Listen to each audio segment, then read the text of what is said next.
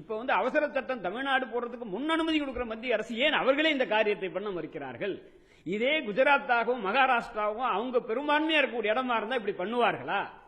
இப்போ நம்ம அரசியல் ரீதியாக மத்திய அரசினுடைய அரசியல் கட்சியை தமிழகத்தில் ஏற்றுக்கொள்ளவில்லை என்பதற்காக இவர்கள் இப்படி செய்கிறார்களா? புரியவில்லை.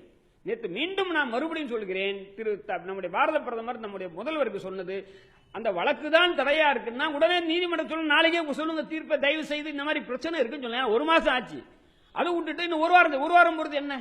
இப்போ அதே தான் அவசர சட்டமா போடுறாங்கன்னா அதுக்கும் ஏற்கனவே காங்கிரஸ் சர்க்கார் போட்டது போயிடுது. இப்ப ரெண்டாவது இந்த சர்க்கார் போட்டது தடை கொடுத்திருக்காங்க. மறுபடியும் அதுவும் ரத்து பண்ணுவதற்கான வாய்ப்பு தான் கூட, அதனால தான் தடை கொடுக்கிறாங்க. இப்ப மூணாவதும் இதே போட்ட உபயோகம் இல்லை. ஏன்னா அவசர சட்டம் என்ன என்பது இதுவரையில் தெரிவிக்கவில்லை. தெரிவிக்காமல் உடனே போராட்டத்தை வாபஸ் வாங்கணும்ன்றாங்க. மீண்டும் போராட்டம் என்பது சாத்தியமே இருக்காது. எனவே இப்ப போராடக்கூடிய எந்த அரசியல் கட்சியினுடைய தலைமையும் இன்று போராடக்கூடிய மாணவர்கள் தெளிவாக இருக்கிறார்கள்.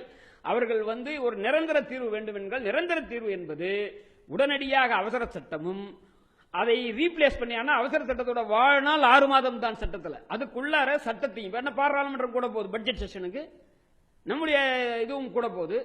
எனவே அவர்கள் பாராளுமன்றத்தில் போட்டா ஒப்புதல் தேவையில்லை. இவர்கள் நம்முடைய அசம்பிளியில் போட்டா அதுக்கு மீண்டும் ஒப்புதலுக்காக போக வேண்டும். என்ன ஆகும் என்று தெரியாது. எனவே இதை அவங்க செய்யணும். அதை தாண்டி வேற எது பண்ணாலும் நமக்கு உண்மையில இதை இன்றைக்கு இந்த போராட்டத்தை திசை திருப்புவதற்காக, அதை மடைமாற்றுவதற்காக செய்யக்கூடிய முயற்சியாகத்தான் நான் பார்க்கிறேன்.